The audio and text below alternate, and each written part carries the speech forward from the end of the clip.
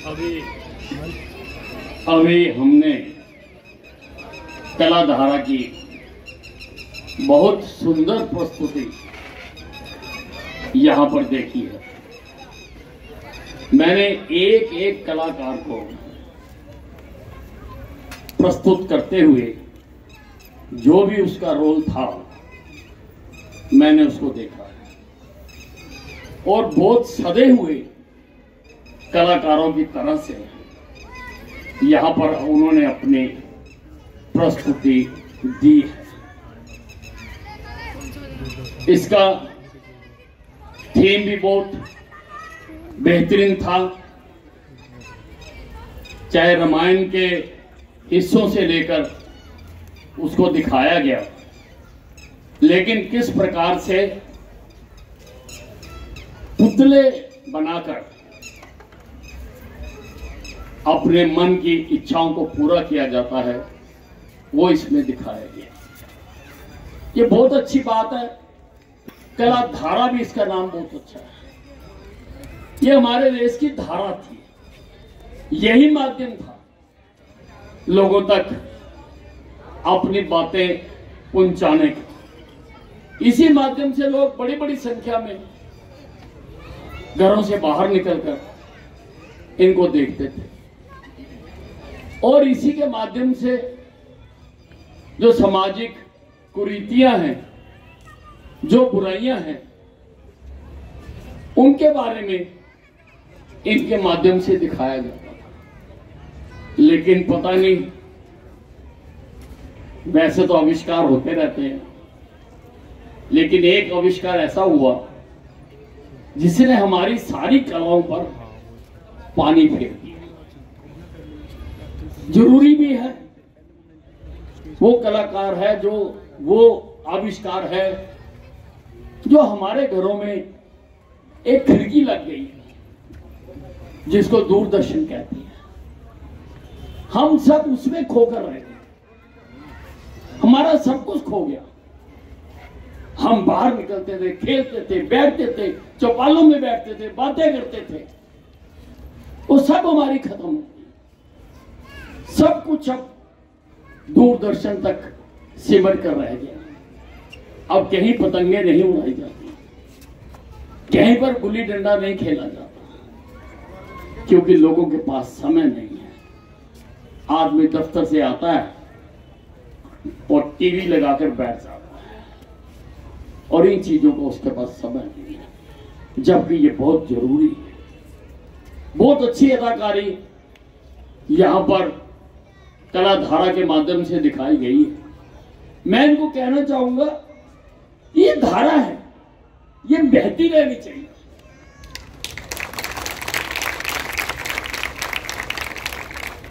ये बहती रहनी चाहिए, इसमें और धाराएं शामिल हो जानी चाहिए और इसके माध्यम से सामाजिक बुराइयों के बारे में आज बहुत आवश्यकता है।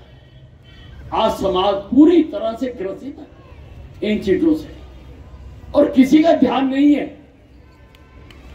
कोई उनकी तरफ देख नहीं रहा। सरकारें भी जो करना चाहिए वो कर नहीं पाती है। कई कानून बनाए जाते हैं, कई तरह के कायदे कानून बनाए जाते हैं, लेकिन कर नहीं पाते, क्योंकि ये काम समाज शास्त्रियों का है। आप बनाइए और कलाकृतियां बनाइए और दिखाइए, बेटी बचाओ बेटी पढ़ाओ पर बनाइए।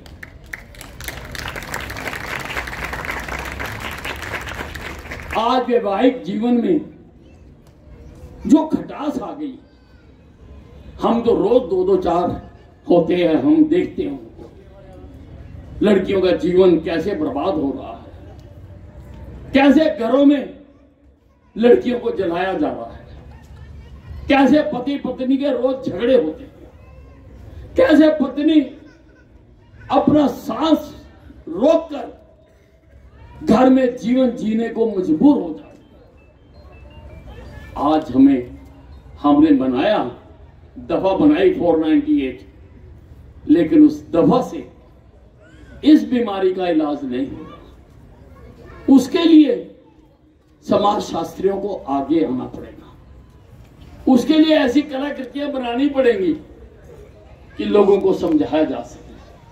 हमारे देश में वैवाहिक जीवन बहुत मधुर होता और बहुत धार्मिक पद्धति से यहां पर शादियां कराई जाती थी। आजकल तो देखने का रिवाज हो गया, पहले तो देखने भी कोई नहीं जाता था। माँ बाप फैसला कर देते थे और पति पत्नी सारी जिंदगी सुखी रहते थे, सुख से रहते थे।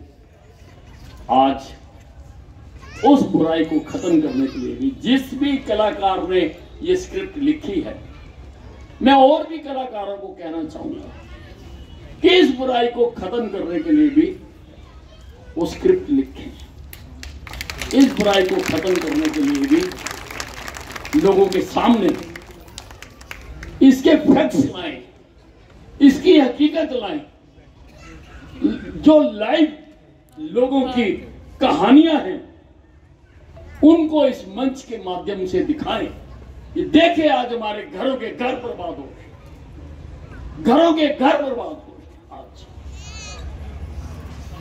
उसी प्रकार से हमारे शास्त्रों से, रामायण से, महाभारत से, योग वशिष्ठ से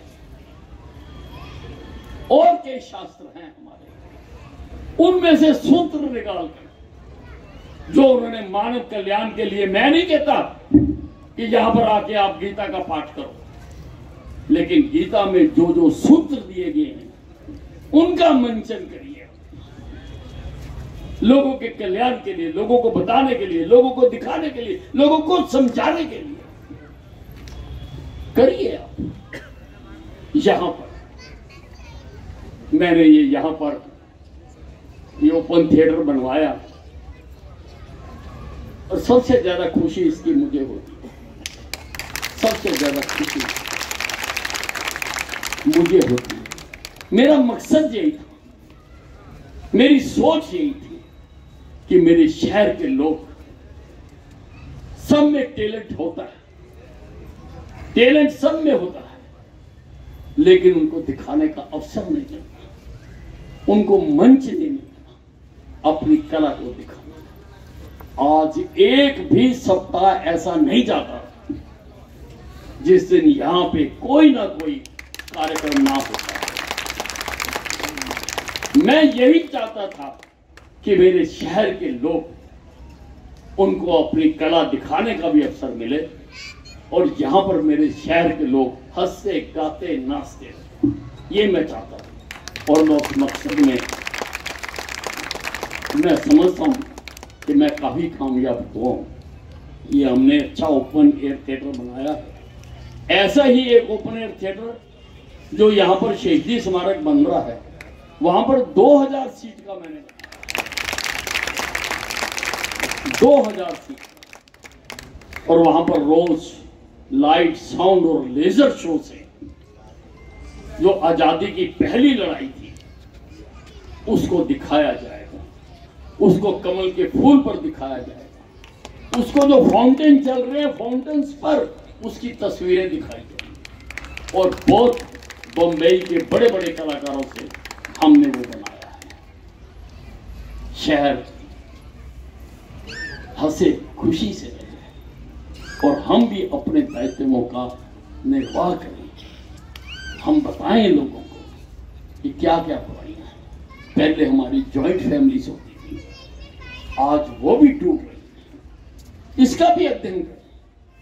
मैं एक दिन दिल्ली गया था, वहां पर इंग्लैंड से एक टीम आई हुई थी और वो ये अध्ययन करने आई थी कि हिंदुस्तान में जॉइंट फैमिली रहती थी तो उसका क्या महत्व था, आज अकेले अकेले रहते हैं तो उसका क्या महत्व, उसको भी अध्ययन करिए, स्टडी करिए कि जॉइंट फैमिली का क्या फायदा है।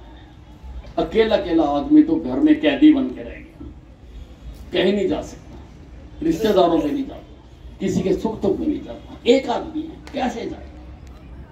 पहले घर में 4, 5, 6 जी होते थे, कोई ना कोई सामाजिक काम करता था। आज हमारा सोशल फाइबर जो है वो टूटा है।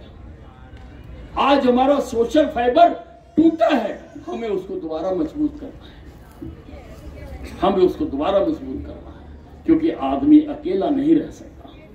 आदमी, मैंने देखा है, मैंने सेलुलर जेल देखी है, वहां पर एक सेल में एक आदमी को डाल दिया जाता था, वो जिंदगी भर दूसरे आदमी की शक्ल नहीं देख सकता था, अकेला नहीं रह सकता। आदमी सामाजिक प्राणी है, सामाजिक प्राणी है तो सामाजिक ताना बाना भी मजबूत बनाना पड़ेगा, बनाना पड़ेगा सामाजिक ताना। पहले लोग बैठते थे पीपल की छांव में, पहले लोग बैठते थे बड़ की छांव में, बातें करते थे, एक दूसरे को जानते थे, एक दूसरे को बताते थे, दूर दूर की खबरें लाकर सुनाते थे। अब शहर में कहीं नजर नहीं आते, कहीं पर भी मैं उनको बैठे हुए नहीं देखता हूं। सब अपने आप तक सीमित हो गए। मैं, मेरा घर, मेरा परिवार, मेरा मकान, मेरी दुकान, सब उस तक सीमित होकर रह गए। उनसे बाहर निकलना होगा। समाज को मजबूत करने के लिए, समाज हमारी इकाई है, इस इकाई को मजबूत करने के लिए हमें हाथ से हाथ मिलाना पड़ेगा। हमें घरों से बाहर निकलकर दूसरों के सुख दुख को देखना होगा, सुनना होगा, उसमें हाथ बटाना होगा। एक बार एक आदमी मेरे पास आया, कहता मेरे पिताजी की हालत बहुत खराब थी और मुझे डॉक्टर ने कहा कि आप इसको पीजी ले जाओ। कहता पीजी में इमरजेंसी कहाँ है, मुझे ढूंढने में 1 घंटा लग गया, उतने में पिताजी के प्राण चले गए। मैंने कहा भाई अगर तू किसी के साथ गया होता पहले तो तेरे को पता होता इमरजेंसी कहाँ है। तुम जाते ही नहीं किसी के साथ, तुम घर से ही नहीं निकलते, तुम्हें ये नहीं पता कि मेरे शहर में क्या क्या है, मेरे शहर में अस्पताल है तो उसमें क्या सुविधा है, तुम्हें पता ही नहीं। इसलिए क्योंकि हम सब कुछ होते हुए भी हम अकेले रहे, हम अकेले हैं, है सब कुछ, लेकिन हम अकेले रहेंगे। और अकेला आदमी इस दुनिया में नहीं जी सकता। आदमी को आदमी की जरूरत पड़ती है, आदमी को आदमी के साथ की जरूरत है, साथी को साथी से हाथ मिलाना पड़ता है, तभी ये दुनिया चलती है, तभी ये समाज चलता है। आज बड़ी अच्छी प्रस्तुति यहां पर दिखाई गई और दिखाया गया कि कैसे सब पुतले हैं ताकतवर लोगों के, दादों के, जो हमारे पहले सिस्टम होता था, सब उसके पुतले हैं। लेकिन वास्तव में वो भी पुतले हैं, जो दूसरों को पुतला समझते हैं वो खुद भी पुतले हैं। बहुत अच्छी प्रस्तुति दी, मैं बहुत खुश हूं और मैं अपने कोष से 5 लाख रुपए इस ग्रुप को देता हूं।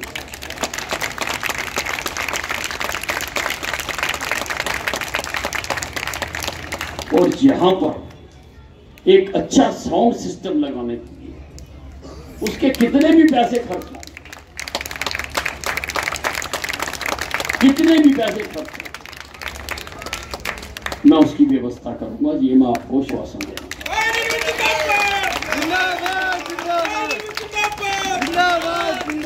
क्योंकि मैं तो चाहता हूं कि टीम आए, उसको कुछ भी लाना ना पड़े, आए और अपना काम शुरू कर दे। अगर गाने गाने हैं गाने गाए, कथक कली करनी है कथक कली करे, अगर कोई ड्रामा दिखाना है तो ड्रामा दिखाए, उसको कुछ भी लाना ना पड़े। तो वो मैं आज उसकी कमी महसूस कर रहा हूँ। शायद ये बच्चे अरेंज करके लाए हैं। ये ना आप सोफे भी मत लगाया करिए, जो वीआईपी आते हैं उनको भी फर्श पर बैठने दो।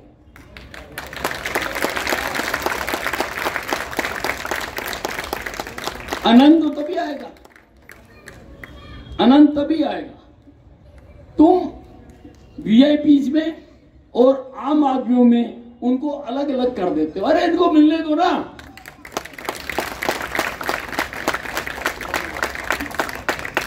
इन सबको एक होने दो। आप करिए यहां पर। मैं बहुत इस कला धारा का नाम भी जिसने रखा है, मैं उसका भी आभार प्रकट करना चाहता हूं। और ये कला धारा आज की नहीं है, ये युगों युगों से बहती आ रही है। युगों युगों से, जब से ये धरती बनी है, ये धारा बहती आ रही है। कोई उसको देख पा रहा है, कोई नहीं देख पा रहा, लेकिन जो देख पा रहे हैं उनको दूसरों को दिखाने का काम करना चाहिए। धन्यवाद।